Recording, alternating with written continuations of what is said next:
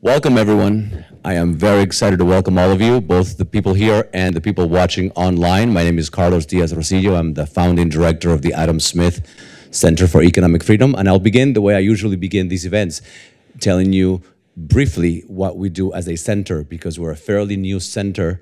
I'd like to spend a minute just telling you about what we do, and then we'll get to the business of the day, which is the president of Paraguay. We are a very new center, and we work at the intersection of public policy and the free market. Our hope is to become a world-class, independent, nonpartisan think tank that aims to inform, influence, and inspire current and future leaders to develop and implement innovative, meaningful, and effective public policies to advance individual freedom and human prosperity.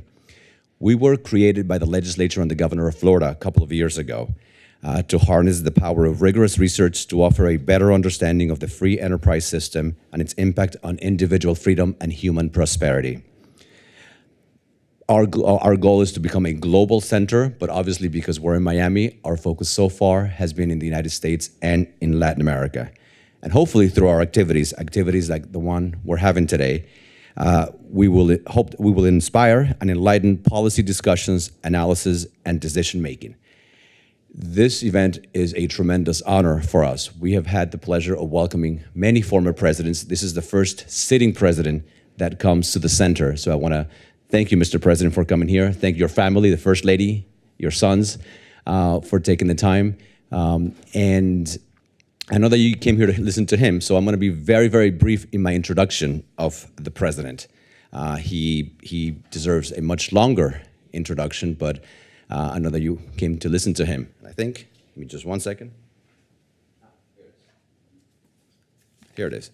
The way we're going to do this is after I introduce him, the president will offer some remarks. Then we'll go to these two chairs and conduct a conversation. And then I'll open it up to the students to ask questions. The event is planned for an hour and a half, so hopefully we'll do about half an hour of the president's remarks, half an hour of the conversation, and then half an hour of Q&A. So the President of the Republic of Paraguay, His Excellency Mario Abdo Benitez, was born in Asunción and came to the United States. He actually has his degree from the United States. He studied in Connecticut. Before becoming the Commander-in-Chief of the Paraguayan Armed Forces, he was a lieutenant in the Air Force Reserve and a parachuter. Before entering politics, he was a respected businessman and served as CEO of an important Paraguayan construction company. He began his political career in 2004 and then became second vice president of the Junta de Gobierno de la Asociación Nacional Republicana of his party, el Partido Colorado. He was elected to the Paraguayan Senate in 2013 and in 2015 became president of the Senate. He then ran for president in April of 2018, and with more than 46% of the vote, he was elected president for the period 2018-2023. So he has 1 year left in office. He's the 9th president in his country's modern democratic era and the 50th in the history of the country. He's a well-regarded leader who's known around the world for his support for democracy, both inside his country and throughout the Western Hemisphere, the fight against organized crime, and the promotion of infrastructure and foreign investment. As he works to position Paraguay as a regional leader in the promotion of these objectives, he has been incredibly kind with his time, has taken a couple of hours from his very busy schedule to join us, to share his experience as leader of Paraguay, and to inspire a new generation of leaders. Mr. President, we're honored to have you here. Thank you so much. Bienvenido. Muchas gracias.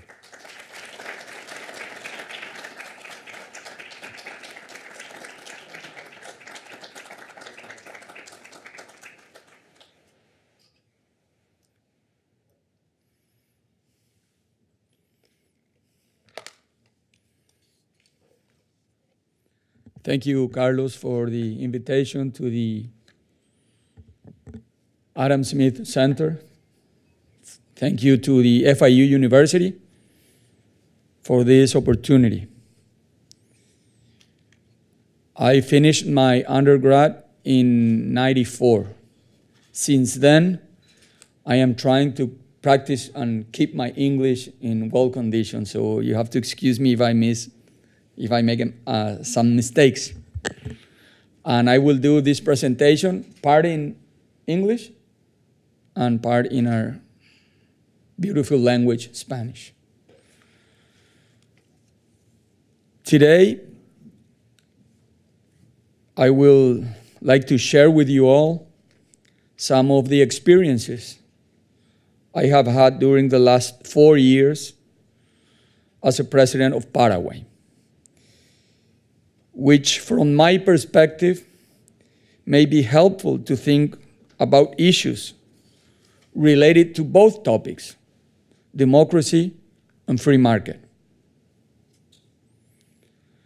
Thankfully to the struggles of our founding fathers, both in the United States and Latin America, resulted in something unquestionable for our societies, democracy. Even with its imperfections, is the only acceptable form of community life. We learn that all people are equal in their dignity and that we have all the right to determine how we govern ourselves based on the idea that we all have the same values. We made the decision to grant ourselves a set of rights that allow us to defend our individual freedoms while keeping in mind that there are some situations which or where the state should not be involved. And in this manner, we ensure that no life patterns are imposed on us. We guarantee private property and free exchange because we believe that each person is the best judge of their own interest. And this allows people to make their own decisions free from unwarranted interference. We grant that government the authority of act as a kind of moderator, ensuring that the laws governing fair competition are enforced and that market imperfection is addressed. In an antagonistic society, where we must begin with acknowledging our differences, the only way to coexist and produce wealth is through regulation that allow us to develop our capacities and cooperation. There is no other way to generate well-being than by doing this. And we require an institutional strength that allow us to make decisions to protect personal liberties, resolve collective issues, and ensure cooperative effort. With inspiration from the United States, our founding fathers in Latin America decided that the presidentialism was the best model in a region. And as a result, we all live under the functioning of institutions designed specially to control the abuse of power. This is one of the primary reasons we decided to establish a government system. After all, if men were angels, as James Madison claimed, no government would be necessary. However, we are living in perilous times, in difficult times for our democracies. Some theorists argue that democracies no longer die as they once did due to coups that destabilize their institution. Our democracies are slowly dying as a result of rulers who appropriate and abuse their institution through actions that do not involve the use of force. Thus, we can see certain rulers come to power through dubious means, exploit legal loopholes to stay in office, concentrate power that belongs to other branches, and abuse their public positions to enrich themselves. The result of all this is an unquestionable undermining of Republican values such as equality and public service. A picture of degradation in the system of government resulting in the exasperation of our citizens, who are sometimes genuinely tired of living in states that do not respond to their basic needs. Why? Because there are no other conditions for development and dignified life. This is an ideal scenario for demagogues to sell us on their supposed need to refund our state, to restart from scratch, and to betray the values upon which all constitutional democracies were founded. They never said how they would do it and at what cost they will do it. Here, when we must start to think about how we communicate some real facts. Let's think for a moment about, let's say, Venezuela, Argentina, Cuba. For example, how was Argentina in the past? What happened in Argentina? How was Venezuela 20 years ago?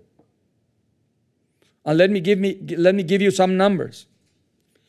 In 1913, the Argentina GDP was like Switzerland's, doubled Italy, and most half of Canada's. At the same time, at the Great Depression, Argentina had more vehicles for each head than the United Kingdom. At the beginning of World War II, Argentina had more physicians per person than any European country except Switzerland and Hungary. Despite the theory that we prefer to explain this case, we must agree that something went wrong in Argentina. The social demands that pervade the Latin American region are the result of dissatisfaction with our country's living conditions, and it makes sense and it must be respected. However, the analysis of the fight against poverty and unsatisfied basic needs must begin by demonstrating that our system, I mean democracy, and all the free market is the best of all possible systems despite its flaws. And suppose it is not producing satisfactory results, and we must diagnose and correct its flaws rather than replace it with another that sacrifices the sacred freedom and worse, destroy the foundations on which wealth can be generated. I want to tell you about our efforts in Paraguay to combat this. For 3 decades, we have been looking after the correct functioning of our institutions in the heart of a region where anti-democratic winds are constantly blowing. As a result, we have enjoyed enviable economic growth and stability, allowing us to improve the quality of life of our people. Naturally, the road ahead is still long, and we still have a lot to do, but we are confident that we are on the right track. The main challenge is to keep our position. In Paraguay, to generate wealth, we understand that development must be preceded as a moral requirement by a few fundamental things, such as the prioritization of certain basic civil rights, like freedom of expression, the right to engage in economic activities of your choosing. In other words, there are some non-negotiable and primary values. If we have access to a healthcare system but cannot criticize our elected leaders, we can expect it to be provided at a high cost at someone else's expense, and it can be worse without the sovereign decision of the people. In other words, it is inadmissible to defend slavery by saying that slaves earn more than if we are free. The principles that should guide our states, political organizations, are respected for fundamental freedom and the equitable distribution of certain public goods and services, such as health and education. We must recognize that truly disadvantaged people require special attention, particularly in Latin America, where inequality is extreme. In that sense, there are cases where different treatment are justified because the people involved are even behind the starting line. In short, life requires the assurance of several things. First, institutions are stable and serve their purpose of ensuring freedom and equal opportunity. Second, people in disadvantaged situations for the reasons beyond their control receive special attention from the state. Next, I'd also like to tell you about some concrete steps we have taken to combat some of the evils that conspire against democracy: institutional erosion, false promises of equality, and organized crime. I'd also like to highlight the challenges that remain unresolved. The safeguarding of institutions has been one of the main priorities of my government. Throughout my political career, particularly during my administration, I have faced numerous situations where I have had to protect institutional integrity. Presidential responsibility to safeguard institutions is even more significant in Latin America, where the caudillismo culture is still strong. Abuses in exercising power are not always condemned with the same fervor as in other parts of the world. While serving as a senator, shortly before becoming president of the Republic of Paraguay, I faced with the difficult task of defending the constitutional validity. One of the most solid rules of Paraguay's constitution states that the president of the republic cannot be re-elected ever. Similarly, to ensure its longevity, our constitution established strict mechanisms for its modification. Despite this, an attempt was made during the previous administration to alter the constitution outside valid mechanism to allow re-election. This would have significantly impacted in the system of checks and balances and resulted in an unacceptable concentration of presidential power. That period was a defining moment in Paraguay. Paraguayan democracy, and we used every institutional means available in the Senate to prevent the initiative from passing. The protest occurred as a result, aided in the rejection of illegal re-election, because it would have meant putting institutions at the service of personal ambition. I believe this would have been the beginning of the end of our political regime. Institutions should serve mainly to contain factional ambitions. The President of the Republic has powers that must be exercised with caution and constitutional fidelity. Since taking office as a president, I have recognized the importance of restoring the independence of the judiciary. During these 4 years, I had to appoint 6 new Supreme Court justices from the 9th, which I saw as a challenge to restore the judiciary's legitimacy in a country where there was always doubt about whether the president could interfere in the judicial branch, and I faithfully follow the Constitution every case. The Supreme Court now has 6 new members from unquestionable selection process, given the candidates with the best profile were chosen in all opportunities. There is no doubt that the executive branch was on the sideline. Excess in the exercise of power can be seen as critical. In one of recent history's most tragic chapters, the COVID-19 pandemic, those of us in government were faced with a difficult task to protecting the population from the virus. Additionally, we had to deal with legitimate social unrest caused by the health and economic consequences.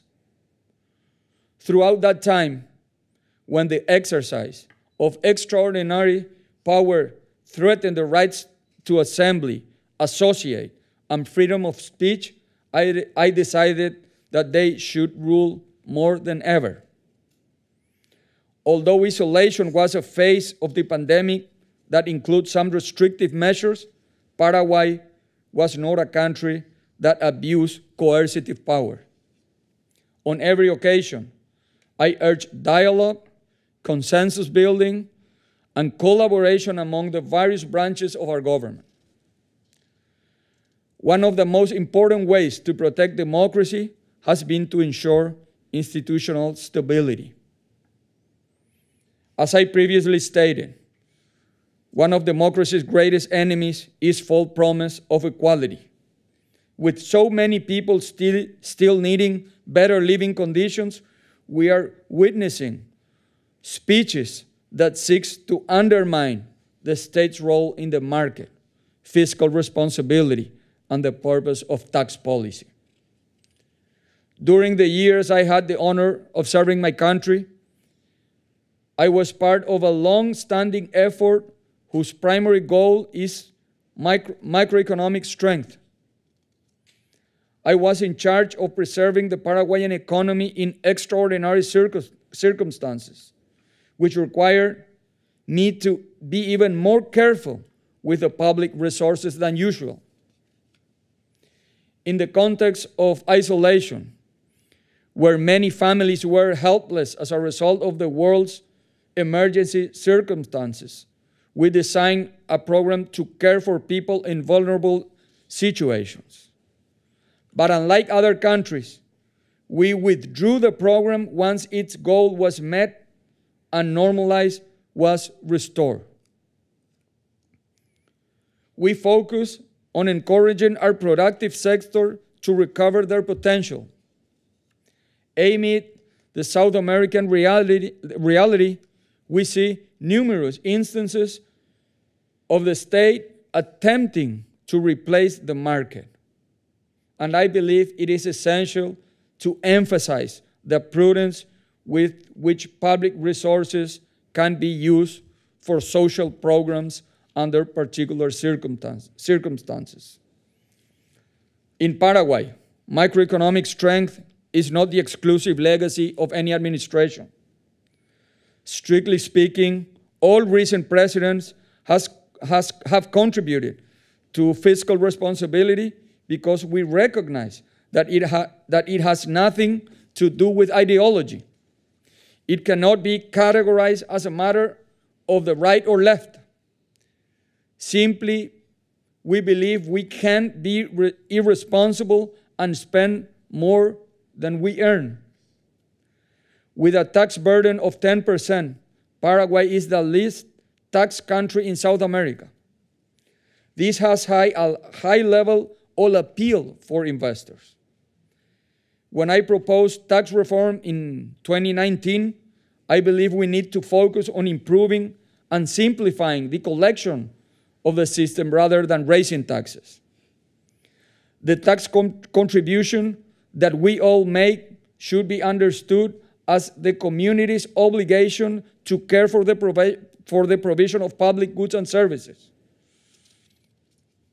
not as a means of obtaining funds to finance transfer programs that conspire against our culture based on the idea of effort. This tax reform, which did not result in a rate increase, significantly increased the number of taxpayers, and in the same way that I am committed to prudent spending, I have also attempted to ensure that tax planning does not exceed the rate that allows us to collect more efficiently. Because false promises of equality and always lurking, and we risk having their winds blow down our good tax practice. That is a strategy of Paraguay. And it has a great consensus. I propose also to Congress a law that suspended the treatment of tax modification or budget modification projects during the election periods. I intended to use this tool to separate the debate over public spending and tax rates from electoral dynamic. Although it has not yet been approved, the initiative demonstrates how I believe the government should work in these areas to confront false promises of equality, which, with the slogan of collecting to distribute more, we destroy our economic prosperity. In my opinion, the third major threat of democracy is organized crime. As I recently stated in the United Nations General Assembly, we need to call for the international financial system health globally. How many of you guys speak Spanish here? 90%, Carlos. ¿Ah? Quisiera finalizar esta última parte de mi discurso en nuestro dulce idioma. El dinero proveniente de las actividades ilícitas, que fue uno de los compromisos que hicimos en campaña en la lucha frontal contra el crimen organizado, contamina las economías latinoamericanas y distorsiona todos sus elementos. No podemos hablar de libre competencia y productividad cuando los capitales impuros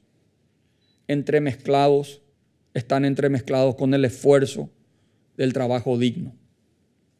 Hace poco en Paraguay dimos el golpe más grande de la historia contra el crimen organizado. Por primera vez en nuestro país, la sociedad hoy dispone de los activos a consecuencia de la lucha contra el crimen organizado. Anteriormente eran detenidos cultivadores de marihuana, gente que transportaba drogas. Hoy tenemos fincas, estancias, edificios, aviones y gran parte de activos a consecuencia del crimen organizado hoy a disposición de la sociedad paraguaya. Por primera vez en nuestra historia. Y sabiendo que este es un trabajo que requiere de cooperación con organismos de seguridad, desmantelamos también un conglomerado de empresas que involucraba a traficantes, supuestos empresarios, políticos, proveedores del Estado y hasta líderes religiosos. Estos esfuerzos compartidos con los países aliados solo son realizables si intermedia la voluntad política, que en gobiernos anteriores no fue evidentemente igual clara y firme como para propiciar el tipo de resultados con los que actualmente contamos. El mundo puede ser un lugar muy peligroso si no nos damos cuenta que males como la erosión institucional, las falsas promesas de igualdad y el crimen organizado deben encontrarnos a todos juntos, enfrentándolos con una sola voz. Desde el día que asumí el poder me comprometí llevar con voz potente mi reclamo por la situación en la que viven los pueblos hermanos. Ayer en un grato encuentro he escuchado historias de valentía, de heroísmo, de sufrimiento. Acá en Florida, en Miami, tenemos una gran cantidad de latinoamericanos que fueron consecuencia de diferentes coyunturas, de procesos migratorios a consecuencia de la violencia, de la persecución política, de la destrucción de nuestras democracias, de la falta de la libertad.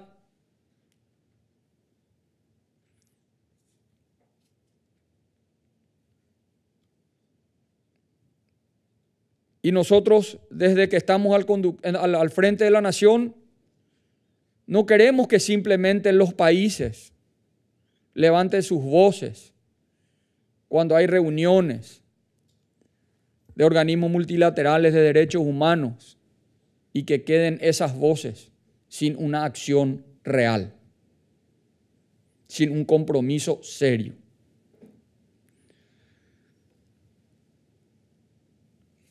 Cuando firmamos una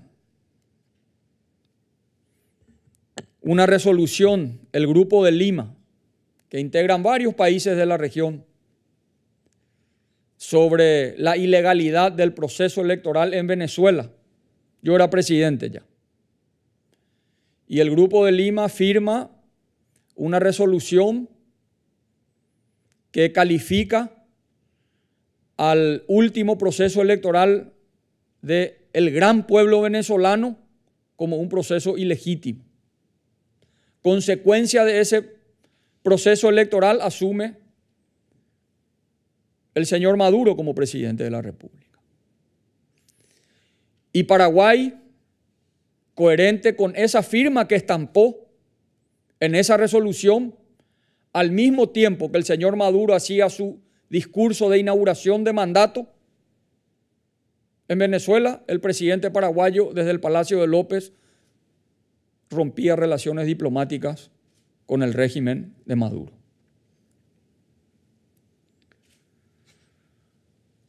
Y a medida que han pasado los años, muchas veces nos damos cuenta que cada vez son menos las voces que escuchamos en defensa de la libertad y de la democracia. Paraguay continuará mientras esté yo al frente de la conducción de mi país en defender la historia y a soñar con muchos cubanos la apertura de la democracia en Cuba. A que se respeten los derechos humanos y que no haya persecución política en Nicaragua.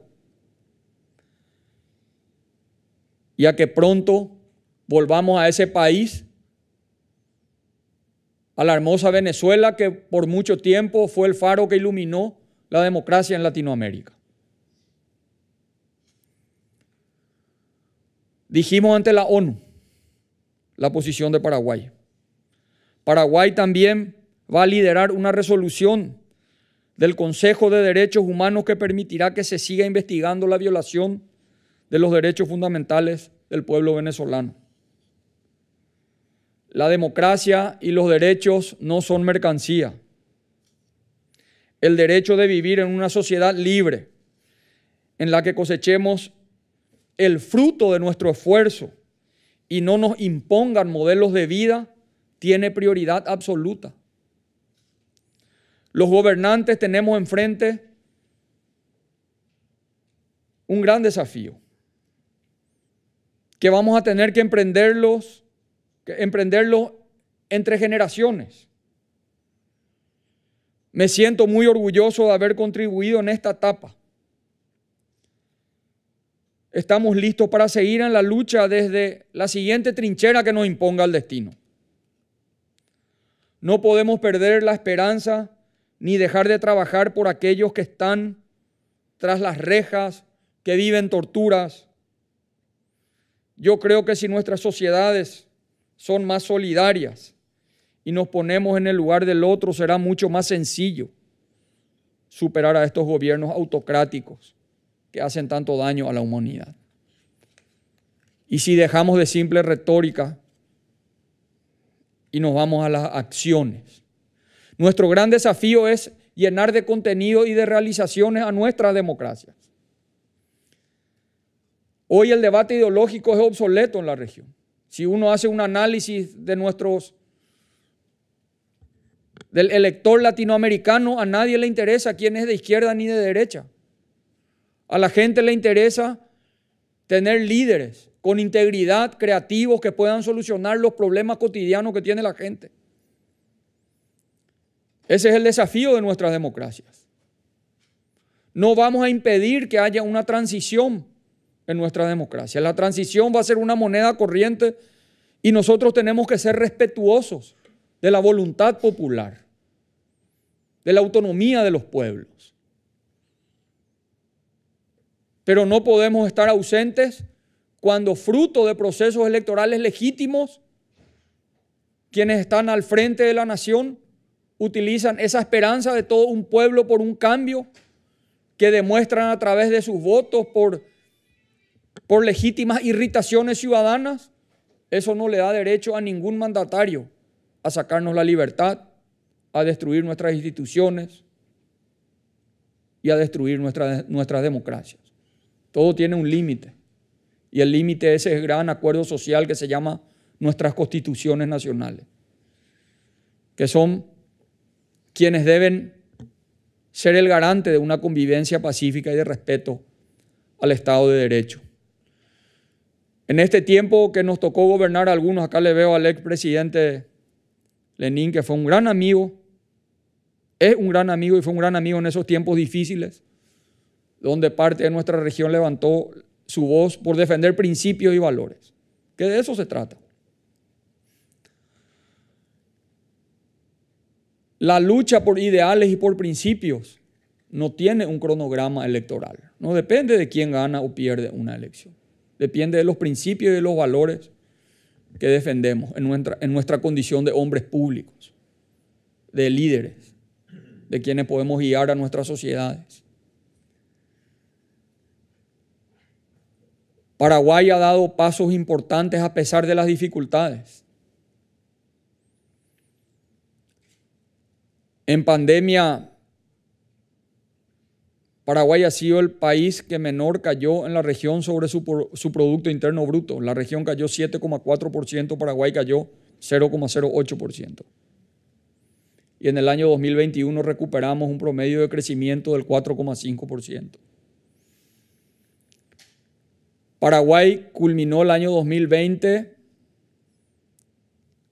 con el menor desempleo del Mercosur, 6,5%, Uruguay con el 9% fue el segundo. En Paraguay construimos un programa de contención social, fue el único país en el mundo que redujo extrema pobreza en plena pandemia. Le llegamos a los sectores más vulnerables, con un programa temporal para una coyuntura extraordinaria que fue la pandemia. Y lo más importante, pudimos incorporar un programa de contención social, aplicar, generar un impacto en los sectores más vulnerables. La pobreza aumentó en todo el mundo. La extrema pobreza en Paraguay no solamente se contuvo, sino se redujo en plena pandemia. Y lo más importante, después pudimos sacar ese programa social para no destruir la cultura del trabajo. Hasta en la última encíclica papal leí que el Papa Francisco habla de la importancia de mantener la cultura del trabajo. No hay presupuestos que aguanten políticas asistencialistas a largo plazo. Migrar, cambiar de la cultura del trabajo a la cultura asistencialista es un discurso demagógico, una mentira a nuestro pueblo, que genera grandes expectativas. Y migrar de una cultura asistencialista a una cultura productiva puede tardar una generación. Ese es el camino que desde Paraguay nosotros queremos contribuir con el proceso de integración y apostamos al trabajo como el mayor camino de dignidad del ser humano. donde, como dice el Papa, cada uno puede explotar los talentos que le dio Dios. Para mí es una gran satisfacción poder estar aquí hoy, apreciado Carlos, en este tiempo haber contribuido desde Paraguay para construir una visión de defensa de valores y principios en la región. Esta misión no termina cuando acabe nuestro mandato. Nuestro mandato acaba dentro de 7 meses. Estoy seguro que a pesar de las dificultades dejamos un país en mucho mejores condiciones de las que recibimos. Y como les digo siempre a nuestros colaboradores y a nuestro pueblo, hicimos grandes obras, hicimos obras importantes en el área de infraestructura. En 5 años hicimos más carreteras pavimentadas que en los últimos 30, con pandemia. Eso está auditable, son los números. Hicimos la mayor inversión en la historia de salud pública. Antes en 17 departamentos o regiones que tiene el Paraguay, solo en 4 había terapia intensiva. Ahora vamos a dejar de 17 en 16 regiones de terapia intensiva para nuestro pueblo. Estamos iniciando un proceso importante de transformación educativa. Paraguay es uno de los 5 países de la región que aumentó la inversión extranjera en plena pandemia. Hace poco la calificadora Moody's elevó la perspectiva crediticia de Paraguay de estable a positiva. Pasamos el examen de Gafilat, que eso pone a Paraguay como un país cooperante que ha construido mecanismos importantes para la lucha contra el lavado de dinero, la corrupción y el terrorismo. Pero esos legados son legados materiales. Los más importantes son los legados sobre los valores y los principios que defendemos. Paraguay no se ha quedado callado ante la invasión de la Federación Rusa a Ucrania, siendo que la Federación Rusa es el segundo mercado de carne más importante de mi país. Paraguay es el 9º exportador de carne del mundo. Nuestro segundo mercado es la Federación Rusa. Y a pesar de eso, fuimos el primer país de la región que condenamos la invasión a Ucrania. Y la construcción de una conciencia democrática. Y recuperar esa confianza entre autoridad y pueblo a través de hechos y no de discursos. Yo le agradezco por la invitación. Acá hay muchos jóvenes. Yo tuve la oportunidad de estudiar en este hermoso país. Mis hijos están estudiando aquí. Uno ya se graduó, otro está estudiando. Está un poco atrasado, pero tiene que recuperar. Y acá que poder participar, estuvimos en las Naciones Unidas con mi esposa, con mi familia. Es la última exposición que hice en Naciones Unidas como presidente de la República. Uno de los grandes objetivos míos era poder visibilizar a Paraguay ante el mundo, un país que mucha gente no conoce su potencial, no conoce las oportunidades como un aliado estratégico para la producción competitiva. La pandemia interrumpió mucha visibilidad que pudo haber tenido el presidente de la República hablando de su país en el mundo. Y bueno, y no quería desaprovechar esta invitación que me hizo para hablar de estos valores que nos unen y nos deberían unir a todos. Nuestra libertad, nuestra democracia y construir un futuro. Acá hay muchos que van a ser líderes de sus países, de este mismo país y de sus países. Y hoy estoy muy contento de poder haber compartido con ustedes esta experiencia. De un joven, yo también fui joven en su tiempo, no soy tan viejo todavía. Y me lancé a senador muy joven. Lideré un proceso con muchas dificultades, pero llegué a la conducción de mi país. Enfrenté a muchos poderosos no tienen por qué conocer la historia de nuestro país, pero enfrentamos a muchos poderosos con un espíritu de una nueva generación que quiere ser protagonista en la construcción del destino de nuestros pueblos. Y ojalá que hoy, esta mañana, haya podido ayudar o a contribuir con ustedes para que conozcan la experiencia de un presidente de un país que está allá en el corazón de América del Sur y que los espera. Muchas gracias.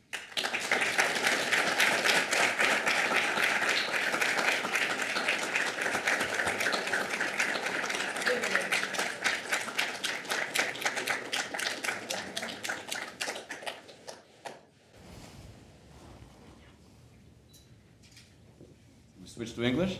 English, Spanish? We can do Spanglish if you want. Spanglish. All right, thank you so much. Thank you so much for your work. Thank you, Carlos. So I'll conduct a conversation over the next few minutes, and then we'll open it up to your questions. Mr. President, you mentioned something that I think is critical, and one of the things that I'm most impressed about your country's foreign policy is that in addition to advancing Paraguayan's national interest, it is based on principles.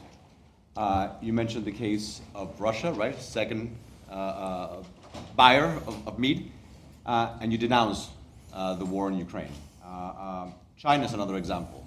You're one of the few countries in the Western Hemisphere, indeed in the world, that recognizes Taiwan as the legitimate government of China, not Beijing.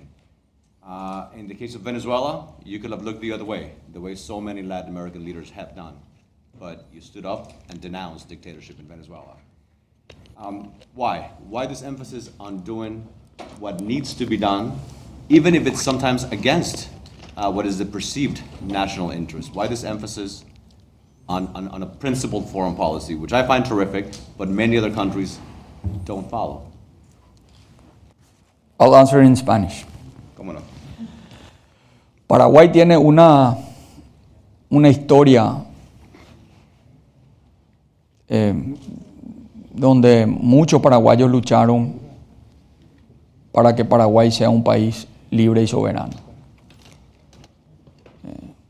Una historia donde vivimos muchas injusticias. En los años 70, en 1870, Paraguay tuvo una guerra contra 3 países hermanos, contra nuestros vecinos, Brasil, Argentina y Uruguay. La guerra de la Triple Alianza, que duró 5 años. Y 80% de la población masculina fue exterminada. Quedó un hombre por cada 10 mujeres. Hasta los niños varones. ¿Y qué es lo que causó la guerra? Causó la guerra un gesto de búsqueda de justicia y de solidaridad. Un país, no quiero ya decir nombre porque son heridas viejas, pero para que entienda la historia de nuestro país. Un país amigo con quien teníamos una alianza estratégica, decíamos que si en alguno de nuestros países otro país le invadía, íbamos a defendernos mutuamente. Se le invade a ese país, que es un país de menor tamaño relativo, y Paraguay va en defensa, arriesgando sus intereses para defender principios y valores solidarios, entendiendo que lo que le pasa a un vecino mañana te puede pasar a vos. Y con eso quiero responder tu pregunta. Desde el inicio de nuestra historia, donde han habido muchos sacrificios y mucha sangre derramada por construir un país con una identidad, con valores y principios, nosotros somos herederos de esa historia. Cuando hacemos la alianza estratégica con Taiwán, ¿por qué? Fue por principios y valores, no por intereses. Yo le decía en una entrevista que tuvimos, China es el mayor socio comercial de Argentina, Brasil, Uruguay, Chile, Colombia. Si hubiese sido por intereses, Ecuador y Estados Unidos. Si hubiese sido por intereses, allá está el mercado que paga mejor y el mercado más importante. Pero ¿por qué Paraguay se alía con Taiwán? Por defensa de principios democráticos, cuando China era China comunista. Y desde ahí hasta hoy mantiene una política exterior coherente. Even when there's a price to pay. I'm not a journalist, but I'm going to use a phrase that many journalists like to use. Sources tell me that in the middle of the pandemic, the Chinese government pressured you to get their vaccines. And, well, what's the story about the Chinese and the vaccines, and the Saudis and the whole? China fue el gran proveedor de vacunas de la región al comienzo de la pandemia. Y Paraguay, obviamente, al no tener relaciones con China continental, estábamos sin vacunas. Cuando quisimos comprar, nos dijeron, bueno, tienen 3. Nosotros le apoyamos a 3. Tienen 3 opciones. 1, ser chinos, que no son. 2, ser aliados de chinos, que tampoco son. Y 3, ser países pobres, que tampoco es Paraguay. Entonces, chinos no son, país pobre no son. Entonces, ¿qué te queda para poder acceder a la compra de vacunas chinas? En un momento donde la humanidad necesitaba solidaridad, no, era un momento donde teníamos que utilizar eso para una presión política. Y bueno, obviamente no aceptamos, ¿verdad? Y también dio un hecho más significativo aún. Nosotros compramos a través de Emiratos Árabes vacunas chinas. Y cuando se enteró China que las vacunas compradas a través de Emiratos Árabes era para Paraguay, le canceló el contrato. Y bueno, esos son los precios que se pagan por la coherencia de la cual estamos muy orgullosos. Pero gracias a Dios tomamos decisiones importantes. Ante el primer caso de COVID positivo en Paraguay, nosotros cerramos todo. Y bueno, ya los números están ahí. Paraguay el que menor impacto tuvo en su economía, y tuvimos el tiempo suficiente en ese año para fortalecer nuestro sistema de salud. Pero así es, Carlos. Paraguay tiene una historia desde el inicio de hombres y mujeres y niños que no podemos nosotros deshonrar esa memoria y esa historia que se construyó, que es una historia de un país que prioriza valores y principios y dignidad. Continuing on China, what do you tell your fellow Latin American leaders who are approached by the Chinese? The Chinese have a very aggressive initiative, the Belt and Road Initiative, that funds billions and billions of dollars in infrastructure all over the world. Latin America is no exception. And a lot of Latin American leaders, faced with the decision of going with the Chinese investment and seeing a vacuum in U.S. foreign policy, are going with the Chinese. What do you tell them? Paraguay es un ejemplo que no se necesita de nadie más que de uno mismo para progresar. Yo no quiero hablar del resto de mis colegas ni de otros países que son soberanos y respeto las decisiones de los mandatarios que son electos. Pero sí, Paraguay es una muestra de que nadie es imprescindible. And in my opinion, this is my personal opinion, part of the problem is that the U.S. hasn't filled this vacuum that exists. What can U.S. foreign policy do to be much more of a presence and meet some of those needs that the Chinese are meeting right now? Estar más presente en la región. How? En todo sentido. En cooperación, en presencia, en construir mayor alianzas estratégicas para la producción competitiva, tratar de aprovechar el potencial que tiene el hemisferio. Estoy yo muy satisfecho por la última reunión de la Cumbre de Los Ángeles, donde por primera vez después de mucho tiempo se habló de construir una estrategia como hemisferio, donde Estados Unidos tiene mayor presencia en Latinoamérica. Creo que ese es un paso importante. Ahora hay que seguir avanzando, como dije, que no quede en simples discursos y encuentros. Latinoamérica tiene todo lo que el mundo requiere. Yo quiero hablar más de lo que es mi región, el Mercosur, Paraguay. Paraguay tiene 7 millones de habitantes y produce alimentos para 75 millones de habitantes. Tenemos excedente de energía limpia y renovable.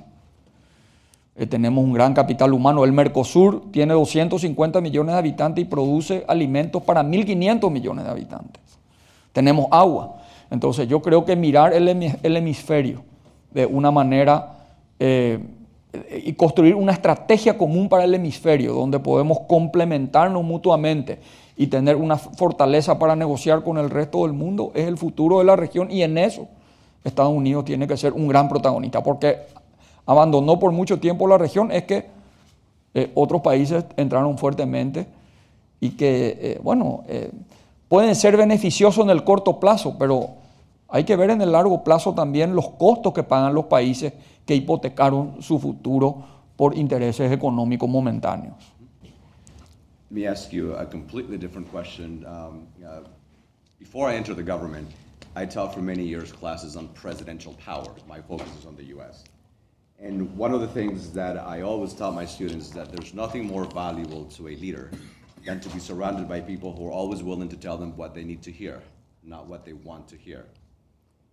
You have a team of people, you have a cabinet, you have hundreds of people who are at your disposal to give you advice. How do you ensure that these people are telling you what you need to know rather than what you want to hear? No hay manera. Ese es el gran desafío también, ¿verdad? Nosotros planificamos una gestión de gobierno. Y la pandemia hizo que los desafíos y los compromisos requieran otro nivel de atención para poder cumplirnos. ¿Por qué? Porque redireccionamos mucho esfuerzo para enfrentar la crisis, que era una crisis que deberíamos tratarla con urgencia, Paraguay y el resto del mundo. Entonces creo que independientemente a la gente que uno le rodea y le puede decir, este desafío que tuvo la humanidad, que me tocó a mí también en Paraguay, me obligó a enfocarme primero en enfrentar la pandemia y segundo en seguir avanzando en los compromisos electorales que hicimos, porque como dije, el mayor legado que yo quiero dejar no son las grandes obras que vamos a hacer, que son históricas, sino que es reconstruir la confianza entre gobernante y pueblo, que no haya esa desconfianza y frustración hacia la autoridad de manera permanente. Y eso se reconstruye solamente cumpliendo los compromisos. Inmediatamente nunca se valora, pero mañana se hace un check and balance, ¿verdad? Y bueno, esto prometió y esto cumplió, esto prometió y esto cumplió. Y ese check and balance es el que yo quiero cumplir. Y me concentré mucho tiempo en tratar de llevar adelante una gestión que pueda honrar los compromisos que hicimos. Entonces, ese problema que tienen y que tenemos todos los presidentes, que hay un círculo que solamente te dice lo que querés escuchar y no lo que tenés que saber, seguramente me habrá pasado también, pero estuvimos todo el equipo, no solamente el presidente, todo el equipo, estuvimos muy concentrados en poder cumplir una gestión que pueda honrar las promesas que hicimos en campaña. You mentioned lack of trust, and one of the biggest obstacles that prevents young people from entering politics is that cynicism. You hear negative stories about politicians all the time. Corruption. In Paraguay, for example, the former president has been severely sanctioned, him and his family recently. Your vice president had to resign. I mean, a corruption scandal. What do you think? There's many, many young people here, and I'm sure many more watching. What do you tell these young people who want to enter public service, who feel that it's their calling, but when they pick up the paper or watch the news, they see all the scandals, they see the corruption, they see the division that exists not just in the US, but around the world? Why should they be involved?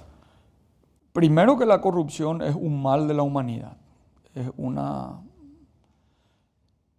en lo que es un poco un sistema de representación, obviamente los ojos de la sociedad están en los representantes del pueblo. ¿Por qué? Porque uno cuando es electo, ¿qué significa ser electo? Que el pueblo te entrega su confianza, su futuro, sus esperanzas. Entonces tal vez haya corrupción en todos los niveles de nuestra sociedad, pero quien tiene siempre, y tiene que ser así, el que tiene que ser más rigurosamente expuesto, es el servidor público que es consecuencia de un proceso donde se le transfiere, porque un presidente es el representante de todo un pueblo, es el representante de todo aquello que le eligieron y le votaron y le entregaron su futuro. Y la respuesta a eso es, cuanto más gente que tiene valores y principios se involucre en el servicio público, vamos a dar menos espacio a la gente que está averiada moralmente. Entonces, quien tiene vocación de servicio, porque eso es importante, que la política no tiene que ser un lugar donde se defienda intereses, tiene que ser un lugar donde uno entre porque sienta una vocación de servicio a su nación, a su pueblo.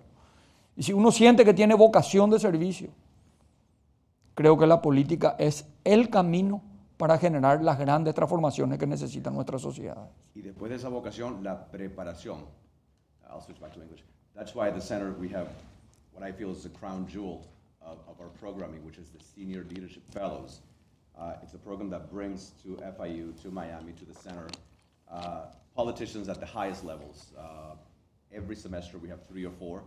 We started a year ago. Part of the first cohort of fellows is President Moreno of Ecuador. They come to Miami and they mentor students. They teach not-for-credit classes. And they send a very clear signal that politics could be a wonderful vocation. And if you have the right skills, if you have the right preparation, you can do a lot of good for a lot of people. You can do a lot of good as a doctor, as a lawyer, as a teacher, but in politics, you can do it wholesale, which is terrific. Así es. I'd like to open it up for questions. We have 2 microphones. I'll ask if the students could come first and ask their questions. So just come up to the microphone and line up. First come, first serve. There's 1 microphone here, 1 microphone here. I'll ask you to state your name, where you're from, and remember that questions end in a question mark. All right. In English or Spanish? Whatever you want. Whatever you want. Voy a hacerlo en español para facilitar la pregunta. Mi nombre es Elías Castilla, soy un estudiante de Relaciones Internacionales y Ciencias Políticas y también inmigré a los Estados Unidos de Barranquilla, Colombia. Colombia, ya que veo que a usted le gusta mucho la historia, ha tenido una relación muy especial con Paraguay. Durante la guerra de la Triple Alianza, Colombia se opuso a la guerra y apoyó moralmente a Paraguay. Y en caso tal de que, como resultado de la guerra, Paraguay desapareciera, Colombia le ofreció a cualquier paraguayo que pisara territorio colombiano ciudadanía colombiana. Igualmente, durante la guerra del Chaco, Colombia fue mediador entre Bolivia y Paraguay. Desafortunadamente, en tiempos modernos, en las últimas elecciones presidenciales, Colombia hizo un giro de 360 en cuanto a su inclinación política. ¿Cómo va Paraguay a reaccionar o cómo esto afecta la relación histórica que ha tenido Colombia con Paraguay e igualmente cómo sería un modelo a seguir con otros países latinoamericanos que también ha tomado un giro de 360 grados? Muchas gracias. Excelente. Es así. Nosotros tenemos una deuda histórica con la hermana República de Colombia. Porque en la guerra grande, en la guerra de la Triple Alianza, el Congreso colombiano sacó una resolución que declaraba a cualquier paraguayo, sin más trámite que llegar a Colombia, una nacionalidad. Y eso el paraguayo tiene en el despacho del presidente de la República del Paraguay, en mi despacho hoy, está esa resolución del Congreso colombiano. Así que aprovecho para reiterar mi gratitud con ese gesto histórico en un momento trágico que tuvo la República de Colombia con la República del Paraguay. Y la respuesta, traté de hablar un poco de eso, de que nosotros somos demócratas. Ser demócratas significa aceptar los resultados electorales. Esa es nuestra diferencia, aunque no nos guste, aunque no estemos de acuerdo. Nosotros tenemos que aceptar los resultados electorales. Los resultados electorales no le da el derecho a ningún mandatario a suprimir libertades, a destruir instituciones. Y menos hoy que sabemos que lo único que sabemos todos los presidentes es que somos temporales. Es que nuestro mandato se va a acabar. La democracia no se termina con el proceso electoral. No es que termina un proceso electoral, sale un presidente electo y ese es el inicio de la construcción de la democracia. La democracia tiene muchos otros compromisos que cumplir diariamente y hay que regarla diariamente. Y son momentos. Hace poco, por eso yo no quiero hablar de un sesgo ideológico. Bueno, a mí, yo respeto la autonomía y la autodeterminación de los pueblos. Paraguay siempre va a ser un aliado estratégico de Colombia en torno a defensa de principios. Y yo espero que ningún mandatario de ningún país, ni del Paraguay, ni de la región, ni del mundo, utilice ese proceso electoral que le dio un mandato para destruir todo lo que se ha construido en la hermosa República de Colombia. Esa es nuestra esperanza. Hola, hola. Presidente, antes que nada, muchísimas gracias por venir acá. Es un placer realmente tener a alguien tan distinguido como usted acá. Y bueno, prácticamente mi pregunta era acerca de Bolivia. Mi nombre es Ignacio y nací en Bolivia. Me mudé aquí cuando tenía 12 años. Y usted dijo que está combatiendo con una sola voz por la democracia, en contra de la persecución política, las actividades ilícitas, el crimen organizado.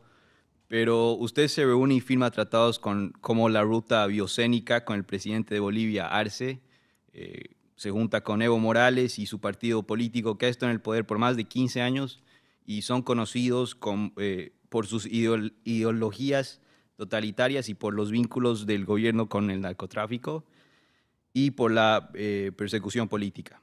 Si estamos combatiendo la democracia juntos con una sola voz, ¿por qué establece relaciones con semicaudillos? Y reitero, la respuesta es parecida. Nosotros no tenemos relaciones con presidentes. Nosotros tenemos relaciones entre naciones. Los presidentes todos somos coyunturales. El presidente Arce, nos guste o no, fue electo después de un proceso electoral. Con mucha corrupción. Seguramente, ¿verdad? Pero pasó un circuito institucional y no es reconocido solamente por el presidente de Paraguay, es reconocido por todos los presidentes. Y los acuerdos que hacemos con Bolivia son acuerdos que van a beneficiar a ambos pueblos, independientemente al tiempo que hagamos el acuerdo. La ruta bioceánica es una ruta que va a transformar la región para siempre. Es una ruta que va a permitirle a toda la región tener mejores logísticas, acceso a los grandes mercados de manera más competitiva. Está muy por encima de este presidente y del presidente que hoy está en Bolivia. Y nuestro compromiso es de integración, pero que la integración no sea contaminada el proceso, porque eso es lo que destruyó la integración de la región. Cuando los procesos de integración se contaminaron con visiones ideológicas. Por eso acabó UNASUR. Cuando se contaminaron los procesos de integración. Lo que yo quiero hacer es diferente. Yo no quiero contaminar los procesos de integración. Yo quiero que la integración, y creo que la integración debe ser para beneficio de ambos pueblos. Hoy Paraguay está haciendo una gran inversión, que es la ruta bioceánica, que va a permitir a toda la región. Hace poco salió en una revista importante de economía que va a ser el nuevo canal de Panamá del Sur, porque hoy saben ustedes que gran parte de la producción de granos y de la producción de alimentos de la región sur tiene que salir por el canal de Panamá, tiene que salir por el Atlántico, subir hasta el canal de Panamá y de ahí venir otra vez para llegar al Pacífico, y con esa ruta bioceánica vamos a tener acceso al Pacífico y vamos a reducir casi 25% de costo de logística. Y eso es en beneficio a la región y al pueblo paraguayo, brasilero, argentino, chileno, que va a cargar los puertos van a estar cargados en Chile, en los puertos de Chile, y va a beneficiarle también a la gente de trabajo del pueblo boliviano, ¿verdad? Entonces nuestra visión, pero ni dude que si nosotros tenemos que tomar una postura con respecto a lo que ocurre en en Bolivia lo vamos a hacer. Muchas gracias. Muchas gracias por la pregunta. Buen día, presidente. Yo soy paraguayo. Gracias por venir a mi universidad. Yo soy un joven ingeniero paraguayo que estoy estudiando negocios acá porque tengo una pequeña empresa de paneles solares en Paraguay. Y me encantaría que el Paraguay sea un hub tecnológico, porque eso es lo que estoy aprendiendo acá, que es la innovación y el emprendedurismo el que hizo este país, básicamente. Me encantaría ser un país potente que tenga una especialización en particular y que tenga ese nexo fuerte con los Estados Unidos, que podamos crear hubs tecnológicos en las universidades, en los centros tecnológicos allá en Paraguay. Mi pregunta es, porque veo que su gobierno yo tengo 35 años, que es el gobierno que más relaciones con los americanos tiene, que mayor proximidad y, digamos, mayor desarrollo tenemos gracias a eso. Me gustaría saber qué piensa hacer para acercar esos inversores de acá que están buscando talento que hay en Paraguay, para que nosotros, los pequeños emprendedores, como en mi caso y muchos otros, podamos desarrollar la región desde Paraguay para el mundo. Entonces mi pregunta es esa, en materia de trabajo, emprendedurismo, innovación, de industria, de pequeñas industrias, ¿qué tiene pensado para el final de su gobierno? Voy a tratar de, bueno, primero nosotros estamos creando con apoyo de Taiwán, justamente el Centro de Apoyo al Emprendedor. En cada departamento, ahí está el ministro de Industria, estamos trabajando con Taiwán justamente para apoyo a los emprendedores, en términos de capacitación, en términos de acceso a créditos blandos y a la construcción de un itinerario que pueda acompañar el Estado. Porque el 75% del empleo en Paraguay proviene de pequeñas y medianas empresas. Y gran parte de las pequeñas y medianas empresas proviene del emprendedurismo, ¿verdad? Entonces, nosotros vemos ese nicho como un nicho fundamental para darle un apoyo a través de programas de gobierno que le permitan tener mayor asistencia y generar mayor oportunidades. ¿Vos sos ingeniero? Sí. ¿Ingeniero civil? Electromecánico.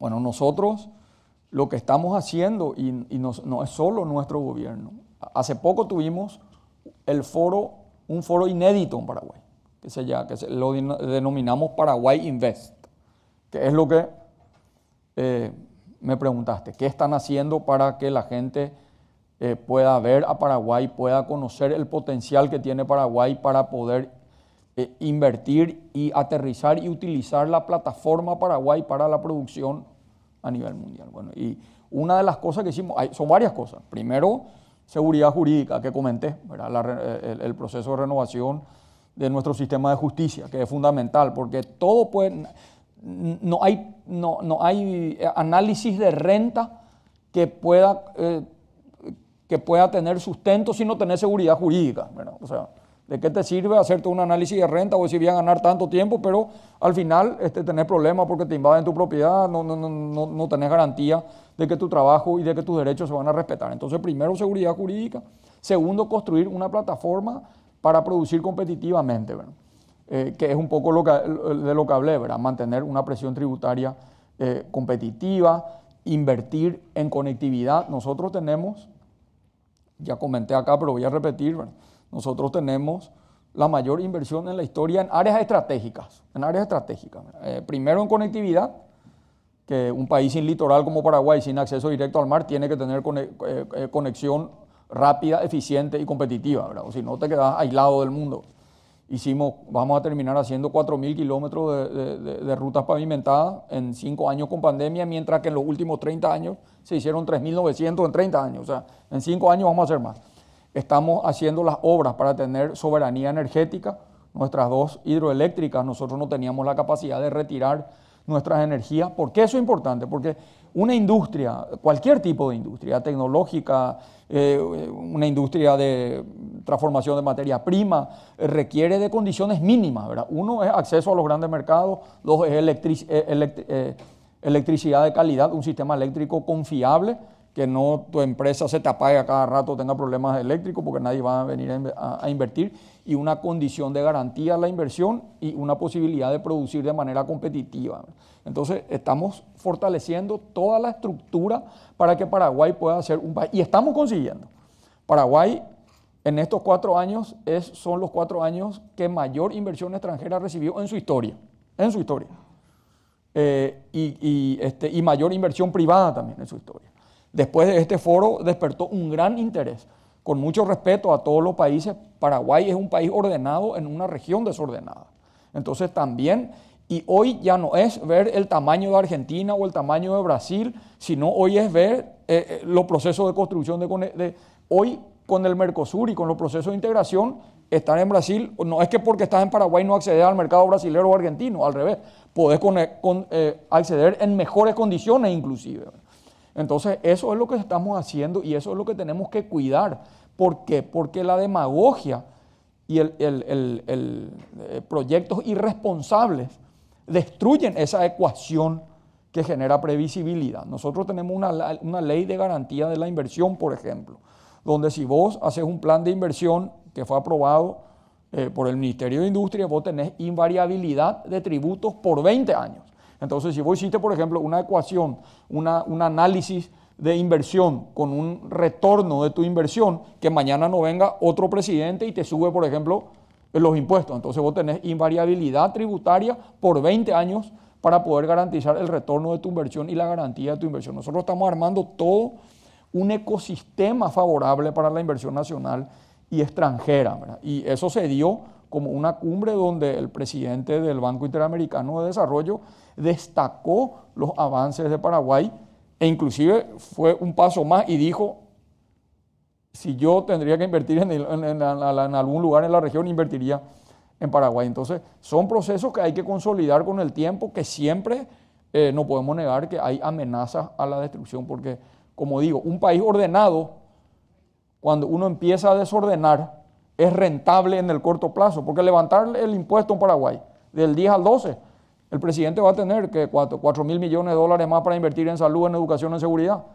pero nunca más volvés al 10%, ya te quedas en el 12%. El siguiente presidente va a subir al 14%, ¿verdad? Y así en un tiempo va a haber un beneficio inmediato aparente en el desorden de la estrategia Paraguay, pero en el largo plazo eso va a ser que va a destruir nuestro modelo. Entonces, ahí son los consensos que tenemos que generar nosotros entre paraguayos para, independientemente de quién sea presidente, no alterar lo que está generando éxito y atención en el Paraguay.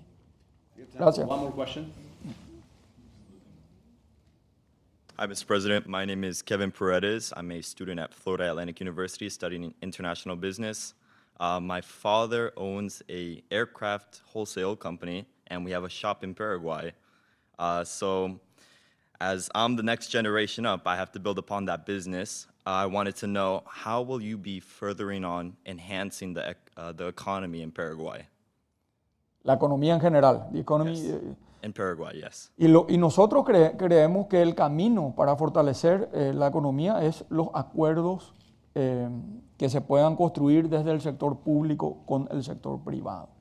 Que el sector privado se vea apoyado y que dialogue con el sector público. Es lo que estamos haciendo, que cada empresa o a cada interesado en invertir en Paraguay tenga un apoyo real del sector público para guiar y acompañar su inversión. Y como dije anteriormente, mantener las ventajas. Voy a dar un ejemplo, Carlos. Un ejemplo, por ejemplo, la industria automotriz brasileña. Brasil tiene impuestos bastante más altos. Entonces, parte de la producción de la industria automotriz brasileña pasa por Paraguay. Esa parte que pasa por Paraguay le vuelve competitiva, genera ingresos en Paraguay, empleo en Paraguay, pero también genera un precio final de un producto en Brasil más competitivo. Entonces, ahí lo que hablamos nosotros de que Paraguay sea un aliado estratégico para el desarrollo de la economía de manera con la naturaleza de la complementariedad, ¿verdad? Yo creo que Paraguay tiene un gran futuro, ¿verdad? Hay unas plataformas construidas, hay un gran interés. Paraguay es un país ordenado, es un país como les comenté recién, tenemos 20 años de un crecimiento del 4,5% de nuestro Producto Interno Bruto, tenemos la misma moneda hace 80 años, somos el país de menor presión tributaria en la región, tenemos un fortalecimiento de las políticas públicas, de la institucionalidad y de la generación de seguridad jurídica. Entonces yo creo que Paraguay su estrategia es una estrategia que creemos nosotros que va a permitir un gran desarrollo y una gran atención por parte de los inversionistas extranjeros en el Paraguay. Gracias. Una pregunta más, pero veo que hay una más. Sí. Para que todo el mundo pueda preguntar. Thank you so much. Gracias. Sí, la última pregunta. Sí, señor presidente, muchas gracias por estar acá hoy en Miami. Yo soy Martín Cardoso, presidente de la Paraguayan American Chamber of Commerce en Miami, y seguimos muy de cerca todo lo que pasa en Paraguay. Muchas gracias también al doctor Carlos Díaz Rosselló por organizar este evento. Una pregunta que yo quisiera hacerle, señor presidente, es, estamos totalmente de acuerdo con la política exterior de Paraguay en todos lo que usted expresó, los principios, defender los principios. Aplaudimos su posición en defender la democracia, no solo en Paraguay, sino en Latinoamérica y todo el mundo. Ahora, volviendo un poco a Paraguay, y en el tema de defender la democracia, vemos, se mencionó corrupción. A mí no me gusta hablar de corrupción porque la corrupción se da porque hay impunidad. Entonces, usted también manifestó la división de poderes, que a usted le respeta mucho el Poder Judicial. Estuvimos hace un mes aproximadamente en Paraguay, después de que Paraguay pasó básicamente el examen de Gafilat, y el secretario de la Secretaría, ministro creo que es de CEPRELAT, el doctor Arregui, hizo una presentación al sector privado, donde participamos nosotros también. Y él había dicho que una de las principales cuestiones pendientes es justamente eso, perseguir y condenar actos de corrupción. Entonces, la corrupción trae pobreza y la pobreza trae gobiernos populistas y demagogos. Entonces, para nosotros que vivimos en Estados Unidos sabemos que las leyes se respetan. Entonces, ¿qué piensa usted acerca de eso? Porque la impunidad en todos los niveles trae corrupción, trae pobreza, y pobreza trae gobiernos que atentan contra la democracia. Entonces, mi pregunta es, en Paraguay, ¿cómo ve usted que se puede combatir la impunidad? Y vos mismo diste la respuesta, Martín. Eso depende de otro poder del Estado. Nosotros construimos políticas desde el Poder Ejecutivo, la Secretaría Nacional Anticorrupción. De hecho, yo le designé, algo que muchos me cuestionan, ¿verdad? Le designé no a alguien de mi partido, no a alguien de mi movimiento. Le saqué a un fiscal que estaba haciendo una gran tarea como perseguidor de corrupción y lo traje como secretario de corrupción justamente para no... Si uno le pone a un amigo, quien sea el que construya políticas anticorrupción del propio Ejecutivo, no tiene tanta credibilidad. Entonces le traje a alguien que no conocía, justamente que tiene una brillante carrera en términos de persecución a la corrupción desde la Fiscalía, y le traje y lo puse ahí. Ahora, es lo que decís, nosotros dependemos mucho de otro poder del Estado, del Poder Judicial, de la Fiscalía General de la República, y coincido plenamente contigo, la corrupción es consecuencia de la impunidad. El día que los actos corruptos sean juzgados en tiempo y en forma, la gente va a empezar a temer de transitar un camino de ilegalidad. Cuando alguien cometa una ilegalidad haya una pena. Entonces dependemos mucho de fortalecer nuestro sistema de justicia, que es lo que desde lo que podemos nosotros hacemos. Como dije, la renovación de 6 ministros de la Corte, la mayoría fueron designados por sus puntajes, y de fortalecer un trabajo de cooperación con los organismos internacionales también, porque imagínense, Paraguay no puede darle la espalda, como muchas veces escucho declaraciones, ¿verdad?, de que el problema del contrabando en Brasil es un problema del Brasil. No, el problema del contrabando del Brasil es el problema del Paraguay, de la Argentina, de Estados Unidos, de todos, ¿verdad? El problema del contrabando en Paraguay es de Paraguay, de Brasil. Justamente de eso se trata, construir una red de cooperación para poder luchar juntos contra el crimen organizado y contra los flagelos de la corrupción, ¿verdad? Entonces, es así, tenemos que fortalecer nuestro sistema de justicia y trabajar de manera de mayor cooperación con los países amigos para construir estrategias comunes. Ya, muchas gracias, Gracias. presidente. Gracias, presidente. Unas palabras antes de concluir. Como usted sabe, este es el evento principal de su visita a Miami, el evento público, pero anoche tuvimos un evento privado con algunos amigos del centro, con estudiantes, y quiero destacar una presentación muy pequeña que le hicieron dos personalidades importantes de la comunidad. El futuro presidente de la Cámara de Representantes del Estado de la Florida, Daniel Pérez, le presentó una proclamación en nombre del Estado de la Florida, y la alcaldesa del condado Miami-Dade, la alcaldesa Daniela Levin Cavas, le dio también un pequeño reconocimiento en nombre del condado y nosotros en nombre del centro. Muchas gracias, muy agradecido. Públicamente para que sepan el apoyo y la admiración que tenemos para su gestión en el Paraguay. Muy agradecido. Muchas gracias, presidente. Muchas honra. Gracias.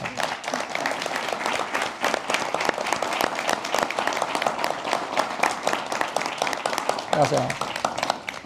Muchas gracias. Sí, señor.